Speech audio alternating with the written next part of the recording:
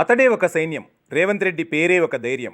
కాంగ్రెస్ పార్టీకి రేవంత్ తెచ్చిన పూర్వ వైభవం. 10 నెలల పాలన సంక్షేమానికి సంకేతం.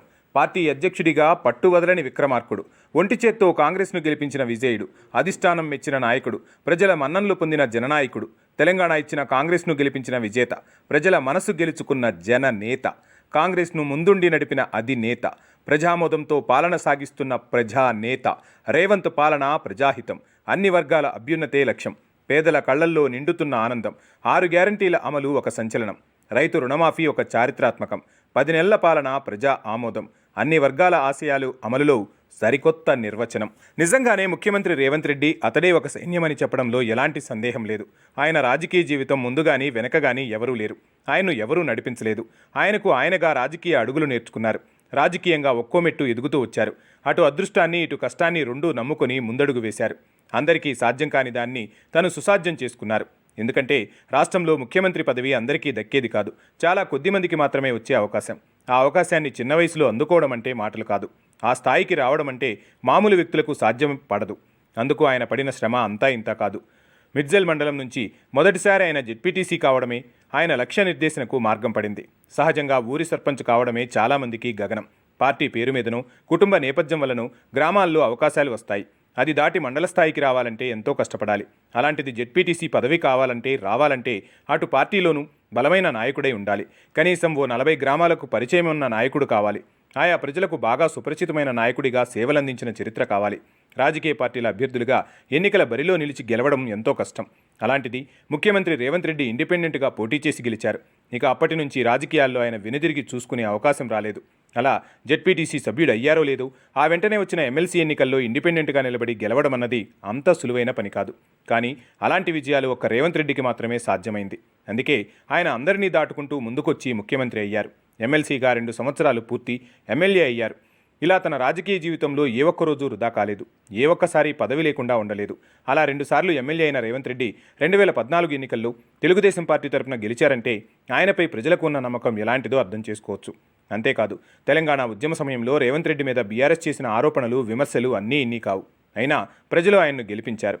అయితే 2018 ముందస్తు ఎన్నికల్లో రేవంత్ రెడ్డిని రాజకీయంగా ఎదగకుండా చేయాలన్న ఆలోచనతో ఓడించారు. సర్వశక్తులు ఒడ్డి బీఆర్ఎస్ పార్టీ నేతలు రేవంత్ రెడ్డిని ఓడించారు. కానీ 2019 పార్లమెంట్ ఎన్నికల్లో మల్కాజ్గిరి నుంచి పోటీ చేసి అపూర్వ విజయాన్ని నమోదు చేశారు.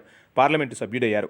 ఇలా జెడ్పీటీసీ నుంచి ఎమ్మెల్సీ, ఎమ్మెల్యే, పార్లమెంటు సభ్యుడు, తర్వాత ముఖ్యమంత్రి అయిన వారు బహుశా దేశ చరిత్రలోనే ఒక్క రేవంత్ రెడ్డి తప్ప మరొకరు లేరు. మన దేశ రాజకీయాలలో 6 సార్లు 8 సార్లు ఎమ్మెల్యే అయిన వారు ఎంతోమంది ఉన్నారు.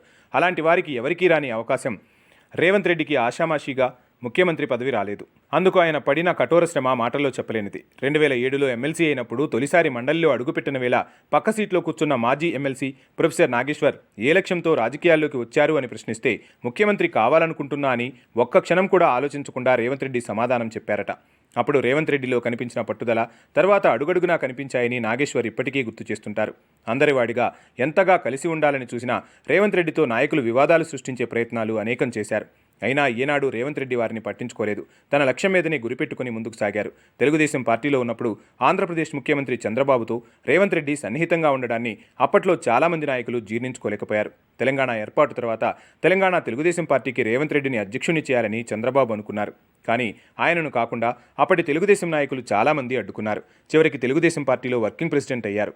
తెలంగాణలో తెలుగుదేశం పార్టీ అధ్యక్ష పదవిని రేవంత్కు ఇస్తే ఆ పార్టీ పరిస్థితి ఇప్పుడు మరో రకంగా ఉండేది. కానీ పరిస్థితులను అంచనా వేయడంలో రేవంత్ రెడ్డి ఎంతో చురుకైన నాయకుడు. అందుకే తెలుగుదేశం పార్టీ నుంచి గౌరవంగా బయటకు వచ్చారు.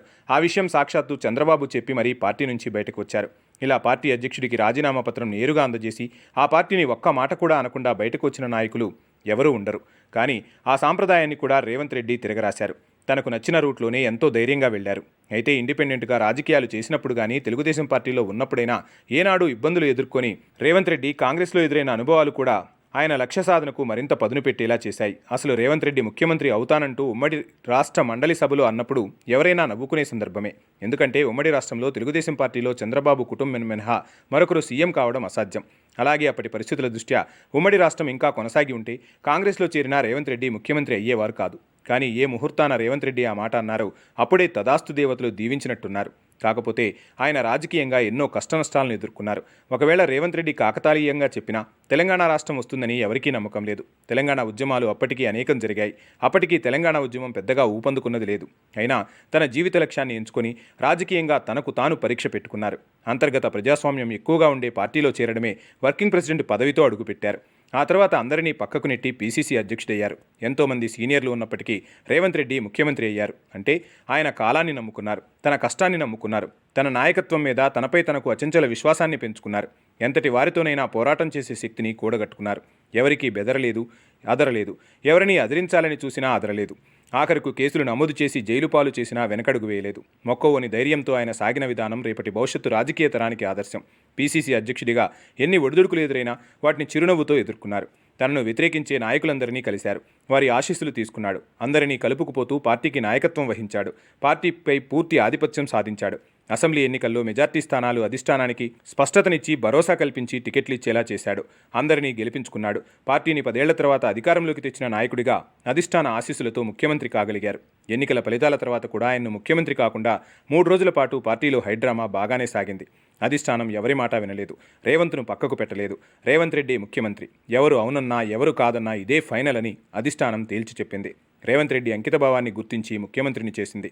ఆయన ముఖ్యమంత్రిగా పదవీ బాధ్యతలు చేపట్టి 10 నెలలవుతోంది. ప్రజాపాలనను 10 నెలలుగా అనేక సంక్షేమ పథకాలతో సాగిస్తున్నారు రేవంత్ రెడ్డి.